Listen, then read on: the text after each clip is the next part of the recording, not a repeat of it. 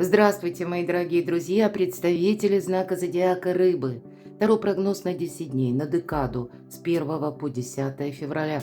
Давайте узнаем, что случится, что произойдет, какие подсказки нам дадут карты. И это уже совсем скоро. Чего ждать? Или что вас ждет? Может быть и так. Возможно, неожиданные какие-то события мы тоже с вами узнаем. И в целом, как события, обстоятельства, которые происходят вокруг вас, окажут влияние на вашу жизнь. Первая колода 78 дверей. И мы достанем 3 карты как знаки судьбы. И двери, самое главное, да, значение, открыты или закрыты. Каковы ключи, чтобы открыть эту дверь? А может быть, куда-то мы и сами не пойдем. Так вот, что же там ждет?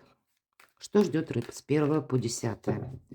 Первый знак судьбы. И мы не задаем вопросов. Просто позволим картам подсказать нам, в каких сферах жизни, может быть, будут происходить изменения или ваши важные решения. Так что же ждет второй знак судьбы и третий знак судьбы? И коль уж мы спросили, что там случится, что произойдет, вот давайте это и узнаем. Так что там произойдет? Для рыб и рыбок, моих дорогих любимых, с 1 по 10 февраля. Что случится? Как главное событие, главная тема, неожиданное событие. Вторая карта. То, чего вы, может быть, и не видите, пока не знаете, как скрыто, да, от вас. Но, тем не менее, это вот появится где-то или придется это учитывать. И в конечном итоге, к чему это все идет, зачем это было все нужно. Достанем по одной карте на каждую сферу жизни. И первое, что ждет в сфере личной жизни, взаимоотношений, может быть, и вопросы дома, что ждет в финансах с 1 по 10 рыб. И в сфере ваших учебы, достижения, у кого-то работа, важные контакты, важные встречи или ваши планы. Первый знак судьбы. Королева жезлов. Ну вот, как нам говорят, может быть, и есть какая-то персона. И это может быть не обязательно, кстати, женщина. По полу уж мы точно карту не рассматриваем. Но это та, которая немножко сама по себе. Та, которая, может быть, много работает, безусловно. Это та, которая надеется сама на себя. И умеет она хранить тайны, свои и чужие. И вот такой персона или человек может быть где-то совпадать. Это как знаки зодиака стихии огня и Овен, Лев, Стрелец. Или имеющий там асцендент. Ну, может быть, это и как бизнес-вумен. Вот да, вот у кого-то и так совпадет. Но это ведь вы можете хотеть быть финансово независимым. Или какое-то свое новое дело, может быть, какое-то творчество. Или пусть это идея даже, у кого-то новая работа. Все-таки деловая сфера у нас в целом по жезлам больше проигрывается. Давайте я достану дополнительную карту. Это нам о чем? Знаки судьбы. Может быть, это и есть тема, когда связано с конкретным человеком и непонятно, как к нему подступиться. А если это про работу, то тут и к работе, наверное, тоже как-то все неоднозначно или неравнозначно, да? Верховная жрица приглашает вас, это как знак судьбы, слушай свою интуицию, потому что это всегда, знаете, когда начнешь какое-то дело обдумывать логически, и ни логики ты там, ни смысла не найдешь. А вот интуиция, она дает правильные подсказки. Тут и действительно, если с работы или неважно, пусть даже человек не относится, да, вот ни к одному из знаков зодиака, которые я сказала. Может быть, это и есть какое-то желание продолжать сотрудничество, общение с конкретным человеком. Но есть еще какие-то составляющие, которые быстро не решишь. И вот вы как раз этим вопросом и озадачены.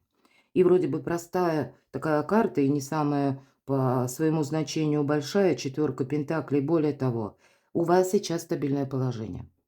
Тут вы, может, захотели что-то изменить. Но вот так вот с наскока эту тему не решишь. Здесь именно нужно обдумать что-то. Вот как эта девушка, да? И она у нас изображена, ну, платье, такой наряд, где-то так с отголосками, как в Средневековье, да? Ну, если мы видоизменим, понятно, продолжим это платье. То есть это где-то между. Нам пытается художник передать, что эта идея не нова. И штиблеты, которые на ногах, вот тоже так необычные. Ну, вот то, что мы думали. Думали, может быть, очень давно. Может быть, это как мечта ваша, да, вот вы об этом мечтали. Вот теперь это вроде бы приблизилось к вам. Вроде бы есть одна часть вашего вопроса, который вы знаете, может быть, как решить. Но тот же самый вопрос во второй части вы еще пока не знаете, как решить. То есть мы подошли, а что делать с этим дальше? Вот девушка смотрит на эту дверь, и вам придется искать какое-то альтернативное решение. Это значит, о чем нам говорят? Ну, где-то собой, понятно, мы не рискуем, это точно, с учетом вот этих всех карт. Потому что тут, ну, все-таки Верховная Жрица, она сама где-то умеет хранить тайну, да? Может быть, и человек, с которым вы общаетесь, или дело, которое вы задумали, вы тоже пока еще не видите во всех ракурсах. Примите этого внимания. Нам может показаться, или как выбор стоит, либо да, либо нет. Или я сейчас вот буквально на что-то решаюсь и буквально включаюсь в эту тему, да? Или этого не произойдет никогда. А тут нет. Все-таки нам говорят, не надо с места в карьер. Тут нужны какие-то, ну, продуманные именно действия. И тогда вот альтернативный вариант, в чем он заключается. Девушка подошла, и буквально вот она видит так, как она видит. И сама-то по себе идея неплохая. Как будто, может быть, даже судьба вас подводила к какому-то решению. Но вот теперь вы видите, не могу я туда войти. Вот как эта дверь, да? Дверь маловато. И что делать? Дверь не вырастет, девушка не уменьшится. И вот то, что нам казалось нашим минусом, как ни странно, мы можем переложить в плюс. Ей ничто не стоит заглянуть и поставить вопрос вообще-то как-то по-другому. Мне не дверь эта нужна. Стояла эта дверь, да, нехай себе стоит дальше. А я ведь могу заглянуть. Мне нужно попасть не в дверь, а в пространство. Ну, дай-ка я в разведку так это загляну. А может, мне туда не надо. Может, мне там не понравится. Хорошо, подошла, заглянула. Не, нравится, пойду. Как будто нужно туда попасть. Ну, так взяла и перелезла этот забор. Даже если мы не можем одномоментно перемахнуть. Ну, перелезть-то мы уж точно. Такой забор любой из нас может. Поэтому здесь нужно видеть как проблему, тему, вопрос, мечту в горизонте. Рассмотреть разные варианты. И то, что вам вчера казалось нет, или то, что у вас именно сейчас, как камень преткновения, так с этого как будто этому нужно уделить больше внимания, потому что это именно и подсказка, это и как выход из какой-то, может быть, даже, мои дорогие, сложной ситуации. Второй знак судьбы. Что-то вас будет радовать. Может быть, и правда тут вопрос стоит. И решить, и решиться на что-то. Туз кубков у кого-то просто, как разные сферы, да? Если тут у нас жезлы, мы берем просто и пентакли, у кого-то это рабочий вопрос, а где-то параллельно с этим рабочим вопросом идет еще и личная жизнь. Но здесь само по себе рождение новой идеи. Здесь у нас человек рождается, и это поэтому у кого-то может быть, как вот прежние какие-то ваши планы. Они теперь обретают именно глубину. Но есть та тема, которую нужно решить именно рационально. Может быть, и чувства-то тоже присутствуют, мои дорогие. Может быть, и есть и желание какое-то великое, а отталкиваемся мы все равно от материализма где-то, или, по крайней мере, это учитываем. Или, как минимум, что же мы можем сделать прямо сейчас? И так, чтобы себя где-то защитить тоже. Здесь не подразумевается какой-то риск. Прообраз Ля Папеса вообще-то когда-то. Карты Верховная Жрица. И поэтому вам буквально, когда вы о себе меньше говорите или о своих планах, когда, знаете, счастье и удача любят тишину. Не случайно есть такая поговорка. Даже, может быть, мы по доброте душевной кому-то что-то рассказали, один знает, знают все. И стало быть, тогда уже мечта, она как бы дополняется чувствами, мыслями, которые отправляют другие люди в пространство, а вам это тоже может помешать. Есть вот именно ваше какое-то решение. Как будто есть и вопрос, который предстоит решить лично вам. Третий знак судьбы. Не должно быть каких-то заблуждений. Конечно, эта карта, мы можем сказать, и опять же по полу не рассматриваем, кубковые карты– это знаки зодиака, стихии воды. Это вы. Но, может быть, есть и человек, который тоже либо это имеет асцендент, либо рожден в одном из знаков воды. Это кроме вас еще Скорпион и знак рака. даже если мы рассматриваем эту карту. Это как игрушечная дверь. А вы-то задумали что-то более масштабное. Ну так и смотрите масштабно. Единственное, по этой карте иногда проходит пустое ожидание. Поэтому, если вы хотите что-то осуществить, вам действительно нужно рассмотреть разные варианты. Где-то и соломки себе подстелить, не без этого. Я говорила в разведку, да, заглянуть за этот забор. Но в конечном итоге, посмотрите.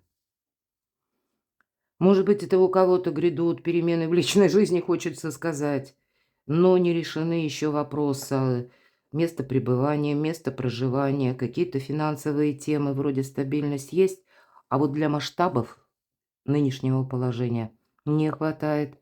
Но ведь у вас тут получится что-то осуществить. Пусть, может быть, ну, не буквально сразу.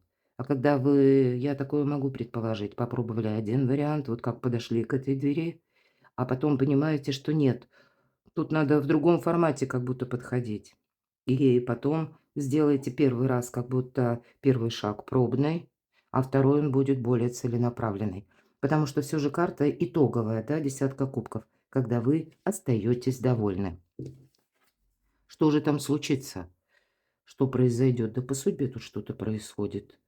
Иногда мы трактуем эту карту правосудия как карта кармы. Здесь, правда, может быть его величество, ну как, случаи иногда проходят. Ведь есть прописанное, ну, мы не, пусть не в этой колоде, но всегда это причина и следствие. И я обычно дополняю, если вы что-то сделали хорошо в своей жизни, то вам пространство откликается. И пусть руками других людей. Пусть это будет какие-то другие ситуации будут. Но значит, как, ну вот как тысячу дорог сходятся в одной точке. Или его величество случай. Такое тоже проигрывается. Опять же, причина и следствие. Нам могут вернуть как на доработку какую-то тему, ну, может быть, буквально у кого-то документ. Когда вы думали, что-то завершили, а тут нам нужно переделать, пересмотреть, переписать, как-то организовать себя по-другому, может быть, жизнь свою по-другому, то есть внести какие-то коррективы. А для кого-то буквально разобраться юридически, как в отношении вас работает закон. Не должно быть какого-то противостояния. Не должно быть, знаете, здесь вам не надо как будто пытаться что-то доказывать. И больше нам карты даже говорят, надейся сам на себя. Иногда по этой карте я говорю информационный хаос. Много информации, сбивчивой, где-то путанная, где-то и ложная. Поэтому если вы буквально работаете с информацией или ищете в каком-то информационном потоке, пытаетесь выудить рациональное зерно, тогда уделите внимание, тут работы будет много. Тогда мы рассматриваем все подряд буквально, да, но сразу вот как зрим в корень. Перепроверяем эту информацию и быстро, в первую очередь, себе как будто даем понять, нужно это продолжать или это какая-то бельберда. То есть мы-то к этому подходим более рационально. Для кого-то из вас это может быть взаимоотношения, правда, которые касаются личной жизни. Король Пентаклей также нам иногда говорит о наших близких. Иногда это может быть просто человек. И, кстати, энергетика у карты достаточно консервативная. Может быть и для вас, мои дорогие, где-то карта дает подсказку, ты тут не участвуй в том, что не имеет смысла. И иногда по пятерке жезлов нам могут даже люди что-то обещать, и есть риск подзастрять. Мы как будто сели и ждем, нам же пообещали.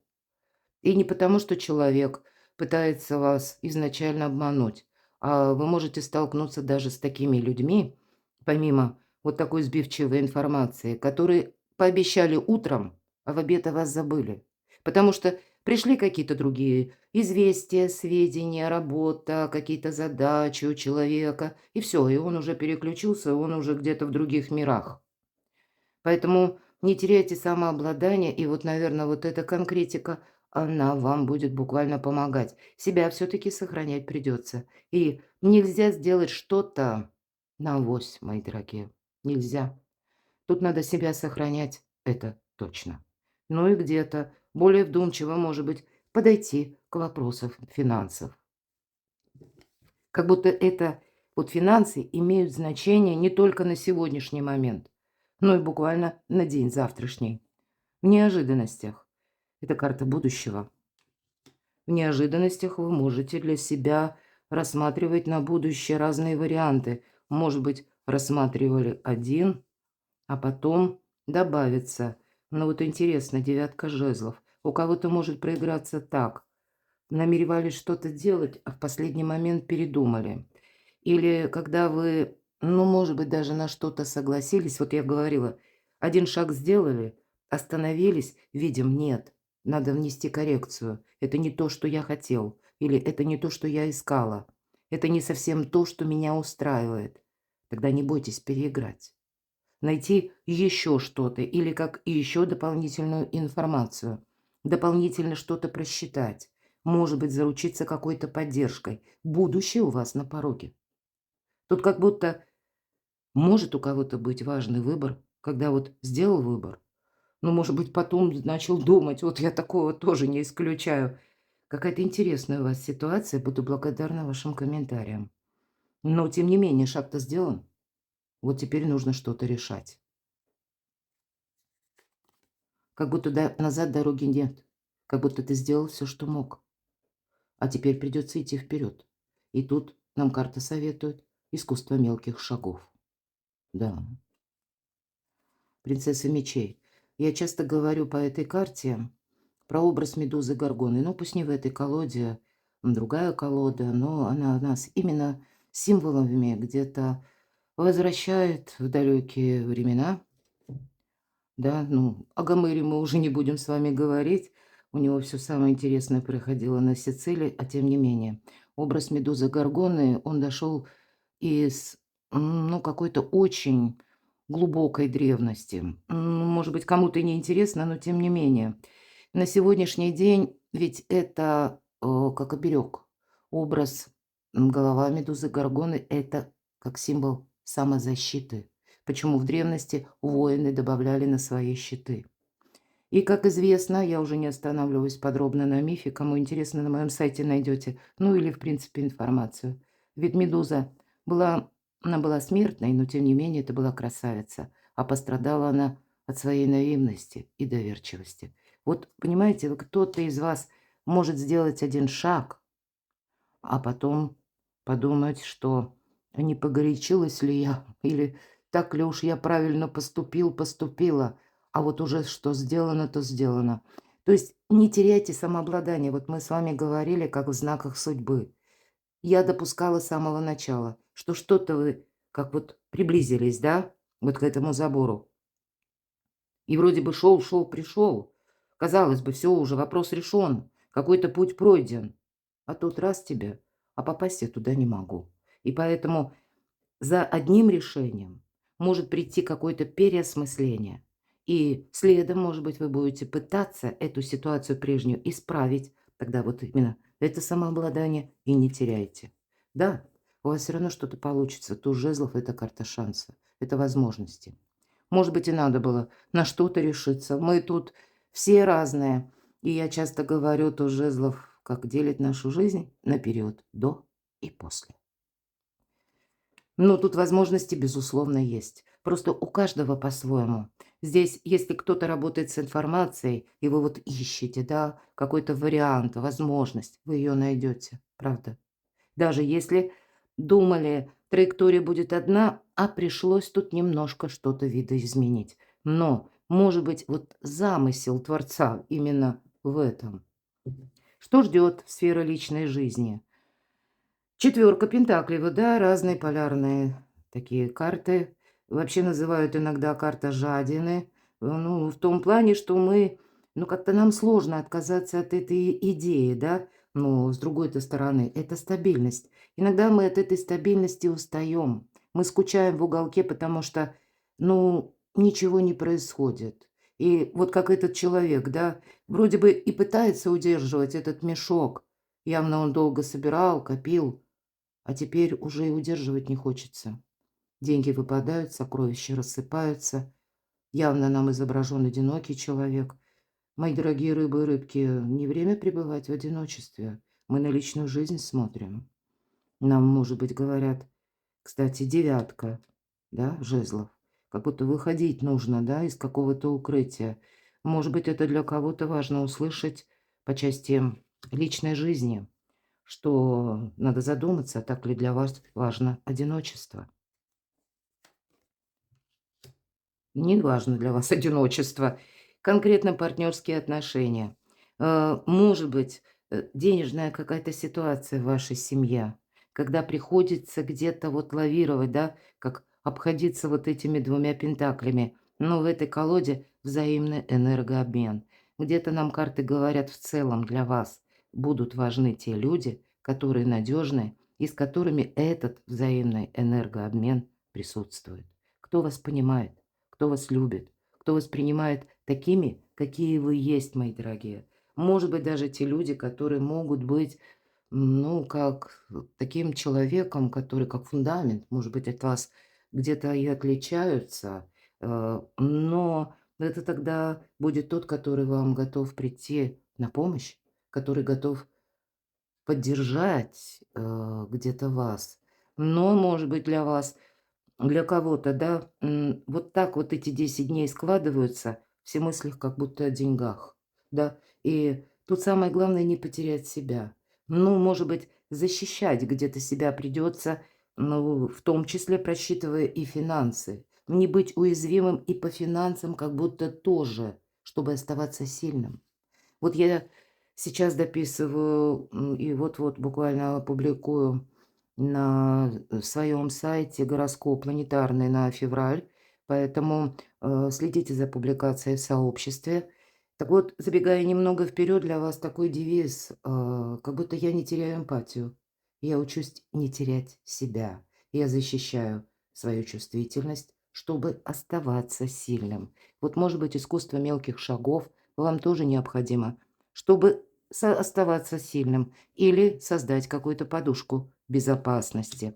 Да, тут вам придется явно столкнуться, может быть, с какой-то мерой ответственности.